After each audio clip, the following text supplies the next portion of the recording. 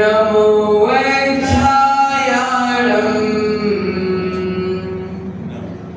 नमो लोये सव्यसापूर्णम्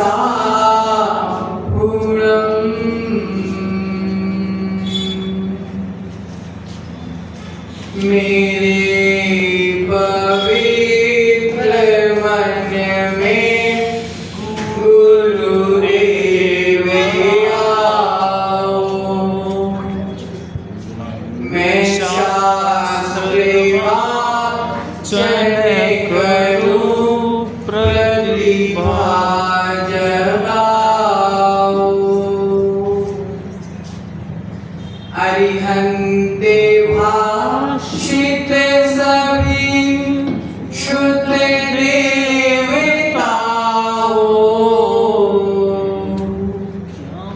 क्या बोलेगा अब मुझे तुम ही बताओ। क्या बोलना अब मुझे तुम ही बताओ। तेरी छत्र छाया भगवन मेरे सिर पर हो। मेरा अंतिम मरण समाधि तेरे गले पर हो। ज्ञान दिया है दिया दिया है कुछ भी लिया नहीं। मेरे सुख में मेरे हित में क्या कुछ किया नहीं। पर हित करे तुम भूले गए हो। तुम्हें याद करे हो। मेरा अंतिम मरण समाधि तेरे दर पर हो। जय बोले पंच परमेश्वरी भगवान की जय बोले देवादिदेव अतिशयकारी कुंथुनाथ भगवान की जय। जय बोले देवादिदेव वर्तमान शासननायक भगवान महावीर स्वामी की जय। जय बोले परम पूजनीय गणाचार्य गुरुदेव विराग सागर मुनि महाराज की जय। जय बोले परम पूजनीय भट्टाचार्य आचार्य परमेश्वरी विशुद्ध सागर जी महाराज की जय।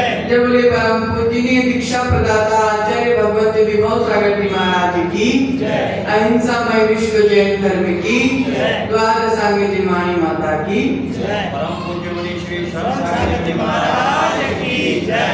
मुनि संघ की जय।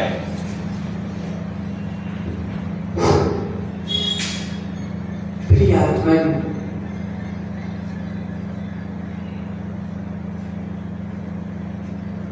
मन की शुद्धि मन की शुद्धि और मन की अशुद्धि हमारे उत्थान और पतन का कारण है। आज हम आश्रव भावना के बारे में जानने का प्रयास करेंगे। तो सबसे पहले आचार्य भगवंत ने बोला कि मन की शुद्धि हमारे उत्थान का कारण है और मन की अशुद्धि हमारे पतन का कारण है।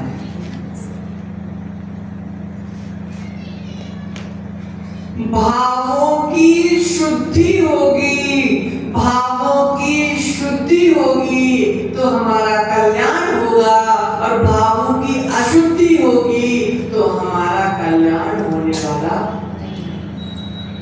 नहीं। प्रियात्मन आचार्य भगवंत जिनवाणी में लिख रहे हैं कि जीवन से भाभी जीवन से अहम दृष्टि को हटाना पड़ेगा, जीवन से घमंड दृष्टि को हटाना पड़ेगा, जीवन से मान दृष्टि को हटाना पड़ेगा, जीवन से अभिमान दृष्टि को हटाना पड़ेगा। मन की अशुद्धि क्या है? मन की अशुद्धि यही मान है। मन की अशुद्धि और क्या है? मन की अशुद्धि मात्र हमारा अभिमान है। मन की अशुद्धि क्या है? ध्यान रखना सुन भैया, क्या कह रहे आचार्य भगवान? जीवन से अहम दृष्टि को हटाना पड़ेगा, जीवन से मान दृष्टि को हटाना पड़ेगा, जीवन से अभिमान दृष्टि को हटाना पड़ेगा, जीवन से विभाग दृष्टि को हटाना पड़ेगा, और जीवन से विभाग दृष्टि को हटाना पड़ेगा, और जीवन में वीतराग दृष्टि को लाना। कैसी दृष्टि को हटाना है? विभाग दृष्टि को, जो हमारे स्वभाव से विपरीत है, ऐसी विभाग दृष्टि को जीवन से हटाना है, और जीवन में वीतराग दृष्टि को जीवन में लाना। हमारे लिए तो सारे काम पहले से सुलझ के रख गए भैया, हमको कुछ भी मेहनत करने की जरूरत नहीं है, हमारे भगवंत ने वीतराग दृष्टि दे दी। ध्यान रखना, जो भगवान की वीतरागी दृष्टि के अनुसार चलता है, जो भगवान के वीतरागी दृष्टि के हिसाब से चलता है, सुने चाहने वाली आंटी, जो वीतरागी भगवान की दृष्टि से चलता है, जो वीतरागी भगवान के हिसाब से चलता है, वह स्वयं एक दिन वीतरागी होगा।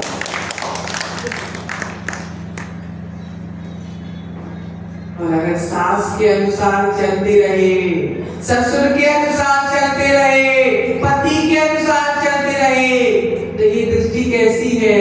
ये राग दृष्टि है। लेकिन हमारा स्वभाव राग दृष्टि का नहीं है, हमारा स्वभाव तो वीतराग दृष्टि का है।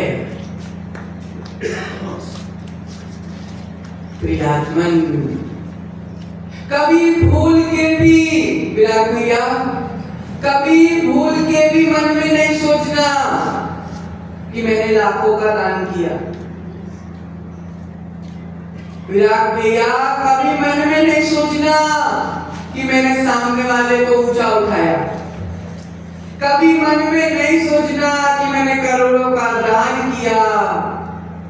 जिनवाणी में आचार्य लिख रहे हैं कि लाखों का दान करने से जीव महान नहीं होता। क्या लिख रहे?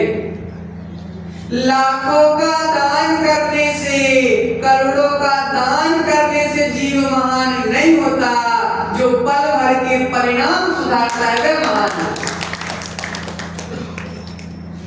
बूंद बूंद से घड़ा, बूंद बूंद से घड़ा भर जाता है, उसी प्रकार हमारे पल पल के परिणामों से कर्मों का घड़ा भर जाता है।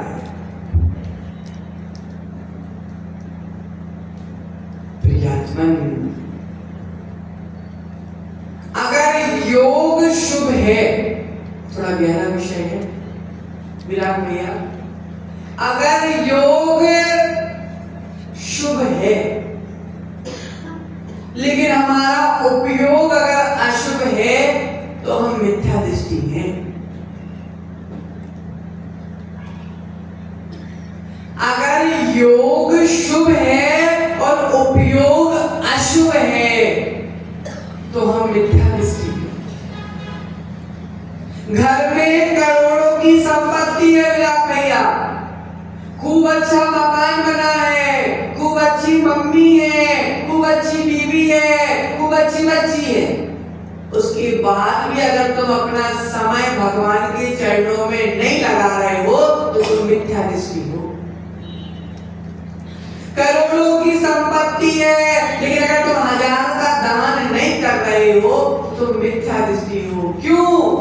क्योंकि तुमको योग सब शुभ मिल गए, खूब अच्छी जॉब है, खूब अच्छी सैलरी है, घर में बहुत अच्छी शांति है, लेकिन अगर उस शांति का तुम सदुपयोग नहीं कर रहे हो तो तुम मिथ्या दृष्टि हो।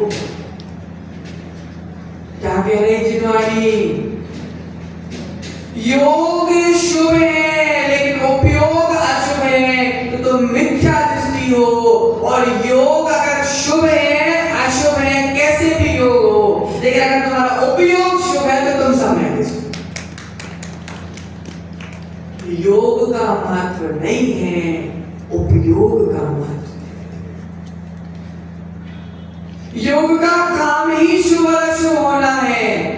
जीवन में ऊंच नीच तो होती रहती है स्वप्निल भैया, जीवन में ऊंच नीच होती रहती है और जीवन में ऊंच नीच होती रहेगी।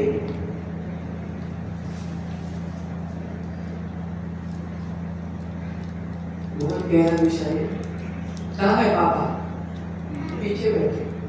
महेंद्र जी, जीवन में ऊंच नीच होती रहती है और जीवन में ऊंच नीच होती रहेगी, लेकिन हमको जीवन की ऊंच नीच नहीं देखना। कुंतुनाथ की भक्ति में ऊंच नीच नहीं होना। किसमें नहीं ऊंच नीच होना चाहिए? कुंतुनाथ की भक्ति में ऊंच नीच नहीं होना चाहिए। हमारे परिणामों में ऊंच नीच नहीं होना चाहिए। जीवन में ऊंच नीच होता है तो होने दो, जीवन में कुछ भी चलता रहे, जीवन में कुछ भी चलता रहे, लेकिन आत्मा में तो कुंतुनाथ ही चलना चाहिए। प्रियात्मन, ध्यान रखना, लाखों की चर्चा चल रही थी, लाखों की कीमत नहीं है, पल भर के परिणामों की कीमत है। लाखों की कीमत नहीं है। प्रतिभा भाभी, तुम 4 महीने चौकी लगा रही हो, उसकी कीमत नहीं है। तुम 4 महीने द्रव्य लगा रही हो, चौका लगा रही हो, उसकी कीमत नहीं है। लेकिन तुम 4 महीने किन परिणामों से चौका लगा रही हो, उस परिणामों की कीमत है। परिणाम अशुभ है तो 4 महीने क्या, 4 भव तक भी चौका लगाती रहोगी तो भी तुम्हारे जीवन का कल्याण होने वाला नहीं है। लेकिन अगर 4 महीने भी चौका नहीं लगा पा रही, एक दिन भी चौका लगा रहे हो, परिणामों की उज्ज्वलता है तो तुम्हारे जीवन का कल्याण है। प्रियात्मन, जब जब हमारे परिणाम गिरते हैं शुद्ध भैया, जब जब हमारा गुण स्थान गिर जाता है, जब जब हमारे परिणामों में अशुद्धि आती है, जब जब हमारा गुण स्थान गिर जाता है, जब जब हमारे परिणाम गिरे, जब जब हमारे परिणाम गिरे, ध्यान रखना कुंतुनाथ के चरणों में पहुंच जाना। जब जब परिणामों में दूषण आए, जब जब परिणामों में अशांति आए, जब जब परिणाम अशुद्ध हो जाए, जब जब परिणाम ऊपर से नीचे गिर जाए, जब जब परिणामों में विशुद्धि की जगह संकलिष्टता आए, महापुरुषों के चरणों में पहुंच जाना। महापुरुष कौन है? हमारे पंच परमेष्ठी ही हमारे महापुरुष। पहुंच जाना जिन्होंने अपने मन को संभाल लिया। स्वागत भैया, जिन्होंने अपने मन को संभाल लिया, अगर हम उनके चरणों में पहुंच जाएंगे तो हमारा मन भी संभल जाए। प्रियतमन, अशुभ परिणामों को जीवन से टालना है, और शुभ परिणामों को जीवन में पालना है। क्या कह रहे हैं आचार्य भगवान? तत्वार्थ राजवार्तिक में आचार्य अकलंक स्वामी कह रहे हैं कि अशुभ परिणामों को जीवन से टालना है और शुभ परिणामों को जीवन में पालना है। क्योंकि अगर अशुभ परिणाम टल गए तो आश्रव टल जाएगा, आश्रव टल गया तो बंध टल जाएगा, और बंध टल गया तो हमारा संसार भी टल जाएगा। जन्म किसने हुआ? संसार बढ़ाने के लिए हुआ कि संसार घटाने के लिए हुआ? बोलो। संसार बढ़ाने के लिए जन्म नहीं हुआ, संसार घटाने के लिए जन्म हुआ।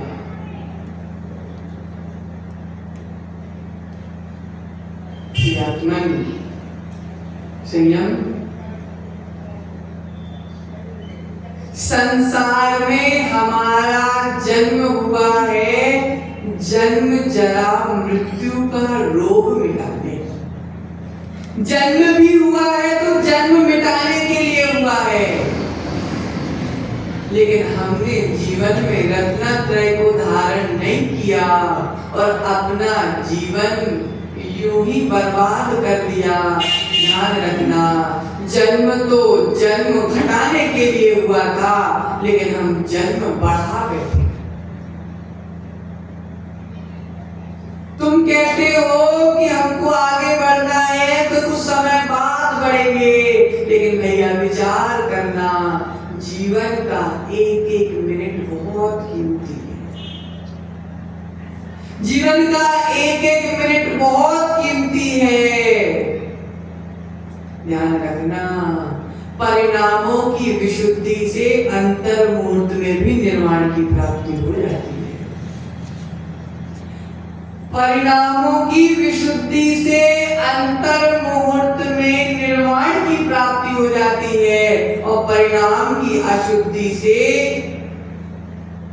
सागरों की आयु बीत जाती है, लेकिन निर्वाण प्राप्त होता नहीं है।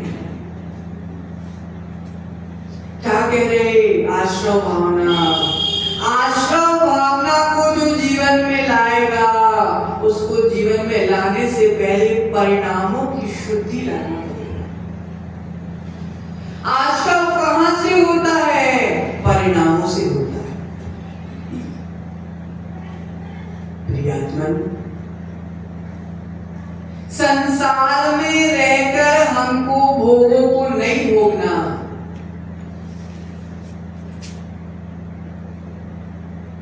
संसार में रहकर, समय के बाबा, संसार में रहकर हमको भोगों को नहीं भोगना।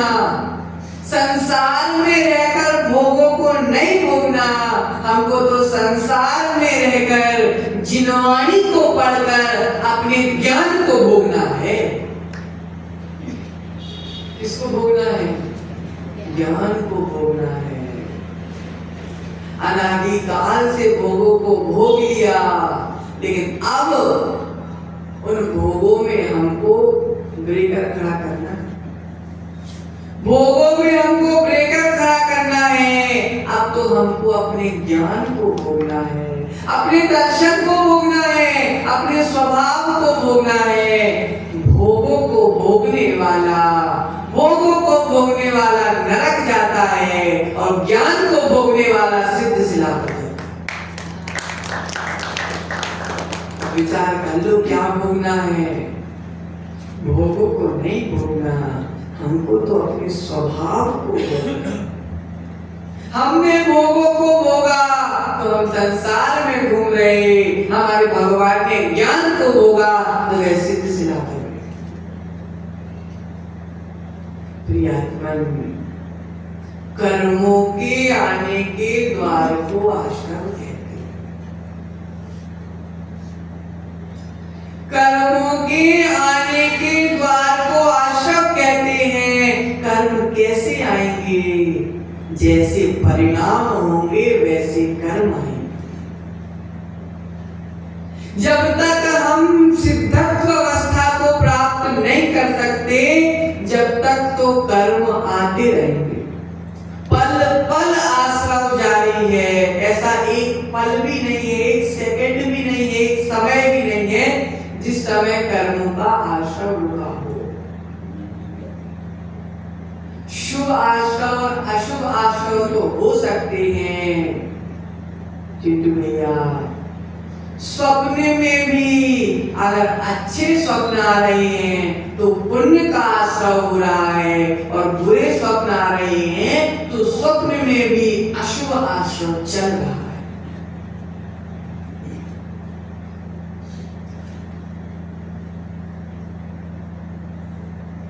डॉक्टर चिंटू भैया, डॉक्टर मरीज का ऑपरेशन करता है तो पेट चीर देता है।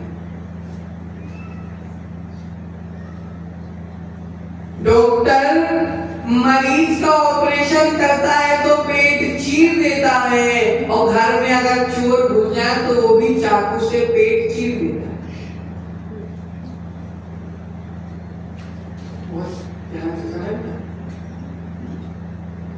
डॉक्टर वैद्य मरीज का ऑपरेशन करता है तो भी पेट चीर देता है, और घर में चोर घुस जाए तो चोर भी चाकू मार के पेट चीर देता है।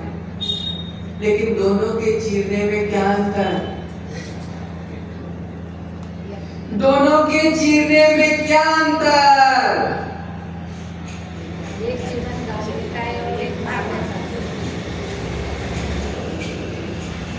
जिनवानी कह रही है कि डॉक्टर का पेट चीरना भी चीरना है, और चोर का पेट चीरना भी चीरना है। लेकिन चोर राग दृष्टि से चीरता है तो जीवन को समाप्त कर देता है, लेकिन डॉक्टर वैराग्य दृष्टि से चीरता है तो जीवन दान दे देता है। पेट तो दोनों चीरते हैं, एक पैसों के राग में चीरता है और एक जीवन के राग में चीरता है। एक जीवन बचाने का काम कर रहा, एक जीवन समाप्त करने का कार्य कर रहा। कार्य कैसे हो रहा है? परिणामों से हो रहा है। क्या बोल रहे? मोह नींद के जो वनवासी घूमे, जगवासी घूमे सदा, कर्म चोर चहोर सर्वस लूटे सुर नहीं। हम मोह की नींद में ऐसे सो रहे हैं, हम मोह की नींद में ऐसे सो रहे हैं कि हमारे सामने कर्म का चोर घूम रहा है। कौन घूम रहा? चारों ओर कर्म का चोर घूम रहा है और हमको लूट रहा है। कर्म का चोर घूम रहा है और लूट रहा है, लेकिन हमको चोर का आभास भी नहीं हो रहा। अगर घर में चोर का आभास नहीं हो रहा है तो घर की सामग्री चोरी हो जाएगी, और अगर संसार में मोह रूपी, राग रूपी,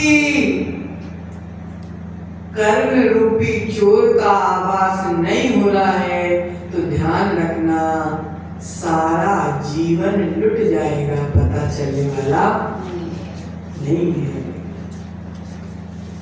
आश्रव कैसे होता है? तो आचार्य भगवंत कह रहे हैं कि आश्रव अविवेक से होता है। कैसे होता बालचंद जी? अविवेक से आश्रव होता है। जो भी क्रियाएं कर रहे हैं, जो भी काम कर रहे हैं, अगर हम वह कार्य अविवेक से करेंगे तो अशुभ आश्रव हो जाएगा, और अगर हम उसी कार्य को विवेक पूर्वक करेंगे तो शुभ आश्रव हो जाएगा। विवेक सहित की हुई क्रिया। ध्यान रखना, किसी भी कार्य को अगर हम अविवेक पूर्वक करते हैं तो जिनवाणी कह रही है कि अविवेक पूर्वक की गई क्रिया हमारे विनाश का कारण है। क्या कह रहे? अविवेक पूर्वक की गई क्रिया हमारे विनाश का कारण है और विवेक पूर्वक की गई क्रिया हमारे विकास का कारण है। अब हमको अपना विनाश करना है कि हमको अपना विकास करना है, निर्णय हमारे हाथ में।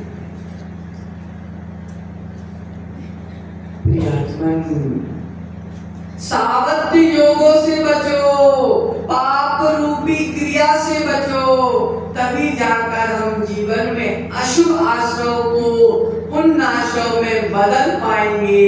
नहीं तो हमको भी संसार के चक्कर बार बार लगाना पड़ेगा। प्रतिपल पाप और पुण्य दोनों आश्रम चल रहे हैं। प्रतिपल पाप और पुण्य दोनों आश्रम चल रहे हैं। अगर हम अपनी आत्मा को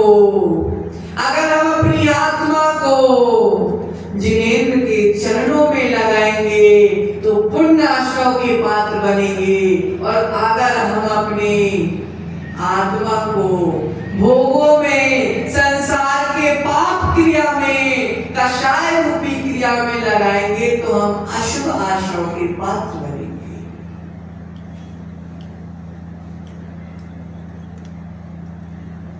जो हम कर्म बांध रहे हैं, जो हम कर्म बांध रहे हैं वही आगे जाके हमको फल देता है। जो कर्म हम अभी बांध रहे हैं आगे जाके वही हमको फल देता है। तब हम दुख और सुख का वेदन करते हैं। अगर तुमने शुभ कर्म बांधे होते तो आगे जाके तुमको सुख की प्राप्ति होती, और अगर तुम अशुभ कर्मों को बांधे हो तो तुमको भविष्य में सुख की प्राप्ति होने वाली नहीं है।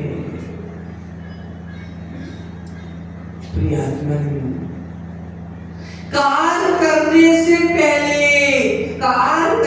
पहले विराट भैया कार्य का चिंतन कर। किसी भी कार्य करने से पहले उस कार्य का मनन करना, और किसी भी कार्य करने से पहले आत्मा में मजबूत डिसीजन, निर्णय लेना। क्योंकि अगर जीवन में तुमने निर्णय नहीं लिया तो जीवन में सफलता नहीं आने वाली।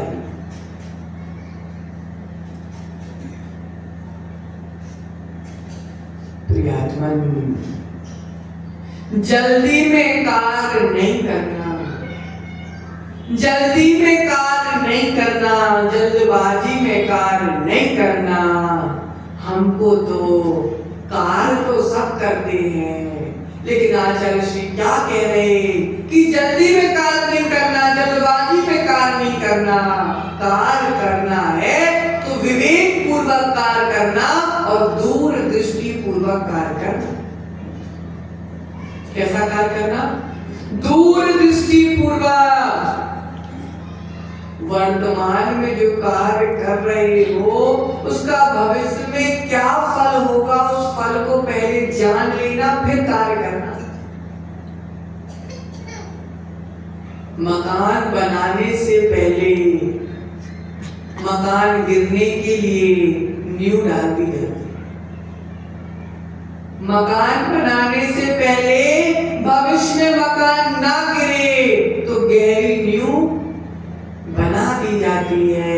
उसी प्रकार किसी कार्य करने से पहले कार्य की नींव बना लेना, विवेक की नींव बना लेना, ज्ञान की नींव बना लेना।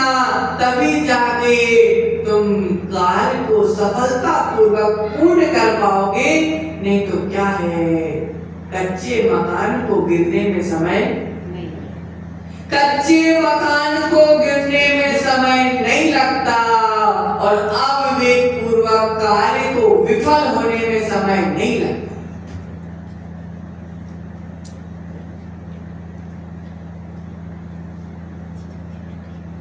प्रियात्मन, ध्यान रखना, प्रतिपल आश्रव चल रहा, प्रतिपल आश्रव चल रहा है। फिर भैया भविष्य में क्या बनना, भविष्य में क्या बनना, बोलो। मुनिराज बनना। तो मुनिराज बनना तो पहली या दूसरी सीढ़ी चढ़ना है। भविष्य में क्या बनना, सिद्ध बनना। जीवन से जब अशुभ आश्रव भी खत्म हो जाएंगे, जब शुभ आश्रव भी खत्म हो जाएंगे, क्योंकि जब आश्रव खत्म हो जाएंगे तो बंध खत्म हो जाएंगे और बंध खत्म हो जाएंगे तो कर्म खत्म हो जाएंगे और जब कर्म खत्म हो जाएंगे तो हम भगवान बन जाएंगे। तो शुभ आश्रव से भी भगवान नहीं बन सकते, अशुभ आश्रव से तो भगवान बन ही नहीं सकते। जब शुभ और अशुभ दोनों खत्म हो जाएंगे और आत्मा का स्वभाव जब हमारे अनुभव में आ जाएगा तो हम भी भगवान बन जाएंगे। प्रियात्मन, लक्ष्य तो भगवान बनना है, लक्ष्य तो भगवान बनना है, लक्ष्य तो आत्मा को शुद्ध सिद्ध बनाना है। इसलिए जीवन से अशुभ आश्रव को भी हटाना है, शुभ आश्रव को भी हटाना है। इसके लिए शुभ आश्रव करते रहना, शुभ आश्रव करते रहना, क्योंकि जब शुभ आश्रव चलते रहेंगे तो एक दिन हम शुद्ध होकर शुद्धात्मा बन जाएंगे। प्रियात्मन, अशुभ क्रिया अगर हम करते हैं तो हम अपने पुण्य को साबुन लगा के धो देते हैं। अशुभ क्रिया अगर हम करते हैं तो हम अपने पुण्य को साबुन लगाकर धो देते हैं। और अगर हम शुभ क्रिया करते हैं, अगर हम शुभ क्रिया करते हैं तो हम जीवन से अशुद्धि को धो देते हैं और शुद्धि को ग्रहण कर लेते हैं। प्रियात्मन, धन की निर्धनता कोई गरीबी नहीं है। क्या कह रहे हैं आचार्य भगवान? धन की निर्धनता निर्धनता नहीं है, जीवन में संयम की निर्धनता निर्धनता है। पैसा चला गया कोई कुछ भी नहीं, पैसा चला गया कुछ भी नहीं गया, घर चला गया थोड़ा चला गया, लेकिन जीवन से रत्नात्रय चला गया, जीवन से चारित्र चला गया तो जीवन से सब कुछ चला गया।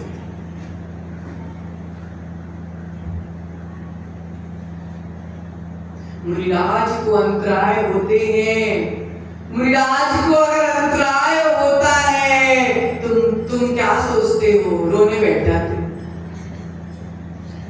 मुनिराज को अंतराय होता है तुम रोने बैठ जाते हो, लेकिन तुम रोते हो और मुनिराज चिंतन करते हैं कि मुझे आज एक और कर्मों की निर्जरा का मौका मिल गया।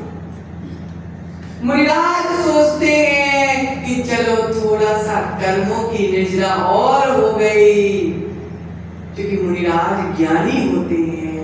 मुनिराज को पता है कि अंतराय कर्मों के कारण, तो मुनिराज नहीं कहते कि मयूर तुमसे अंतराय हो गया, मुनिराज नहीं कहते कि संयम तुम्हारे हाथ से बाहर आ गया, मुनिराज नहीं कहते इस फलाने के हाथ से अंतराय हो गया, मुनिराज किसी व्यक्ति को दोष नहीं देते, मुनिराज तो कर्मों को दोष देते। प्रियात्मन, परिस्थिति को दोष देने वाला, शुभ भैया, परिस्थिति को दोष देने वाला अज्ञानी होता है। परिस्थिति को दोष देने वाला अज्ञानी होता है, लेकिन परिणामों को दोष देने वाला ज्ञानी होता है। प्रियात्मन, आश्रव भावना यही कह रही है कि पल पल कर्मों का बंधन हो रहा है। संभालो अपने आप, संभालो अपने आप को। विराट भैया की मम्मी दुकान में नेल पॉलिश बेचते हो, बोलो यहाँ पे नेल पॉलिश कौन लगाता? नहीं, डांटने के लिए नहीं, समझाने के लिए बता। कौन लगाता? कोई नहीं लगाता। कितनी प्यारी सा। जिस प्रकार थिनर भी बेचते हो, नेल पॉलिश को पोंछने वाला, विराट भैया थिनर जानते हो? थिनर नहीं जानते, भाभी को लाके नहीं देते। सही में नहीं, कोई लिपस्टिक भी नहीं लगाते और नेल पॉलिश भी नहीं, कोई नहीं लगाता। थिनर एक ऐसा लिक्विड आता है जिसको नाखून में नेल पॉलिश हटाने के लिए उपयोग किया जाता है। जिन लोग तो जानते होंगे। जिस प्रकार थिनर लगाने से नेल पॉलिश दूर हो जाता है, जिस प्रकार थिनर लगाने से नेल पॉलिश दूर हो जाता है, उसी प्रकार जिनवाणी का थिनर लगाने से हमारा अज्ञान दूर हो जाता है। प्रियात्मन, दुकान वाला थिनर नहीं लगाना है, दुकान वाला थिनर नहीं लगाना है, हमको तो अपने आचार्यों की दुकान वाला थिनर लगाना है। आचार्यों की दुकान कौन सी? जिनवाणी। प्रियात्मन, दुख क्या है? दुख क्या है? दुखों को मानने वाला सम्यक दृष्टिकोण। दुख क्या है वह कैसा जानता है? सम्यक दर्शन से जानता है। दुखों को जानना सम्यक दर्शन को जानना है। दुखों को जानना, सबसे पहले तो सुनो, ध्यान से समझना, दुख होते हमारे कर्मों से दुख होते हैं। कर्मों से दुख होते हैं तो दुखों को सबसे पहले मानना। जो दुखों को मानता है वह सम्यक दर्शन को मानता है। तो आचार्य भगवंत कह रहे हैं, अगलंक स्वामी तत्वार्थ राजवार्तिक में क्या कह रहे? दुखों को जानना सम्यक दर्शन है, दुखों को मानना सम्यक ज्ञान है।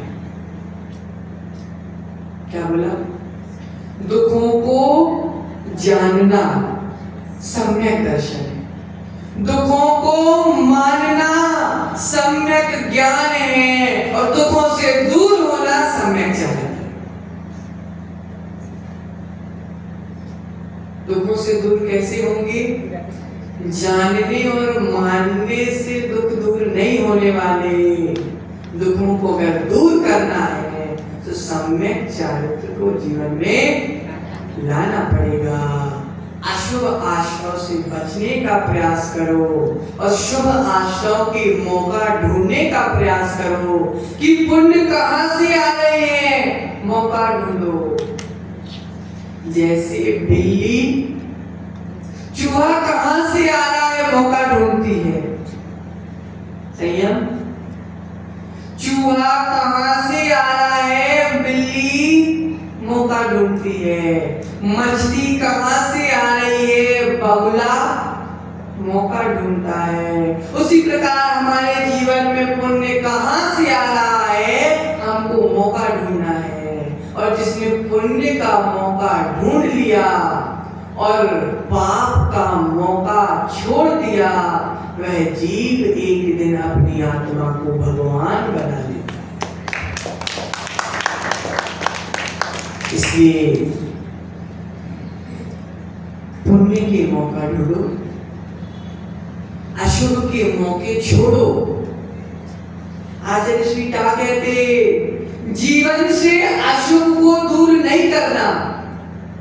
स्वप्निल भैया, जीवन से अशुभ को दूर नहीं करना, जहां अशुभ है वहां से अपने जीवन को दूर करना। पापों को जीवन से नहीं निकालना, पापों से जीवन को दूर नहीं करना। जहां पाप हो रहा है वहां से हमको दूर होना है। अगर हम पापों को दूर करने में लग गए तो पाप कभी खत्म होने वाले नहीं हैं। लेकिन हम स्वयं अगर पापों से दूर हो गए तो हम भगवान बन जाएंगे। इसी मंगल भावना के साथ परम पूजनीय आचार्य भगवंत विभव सागर जी महाराज की जय। राम सागर कृष्ण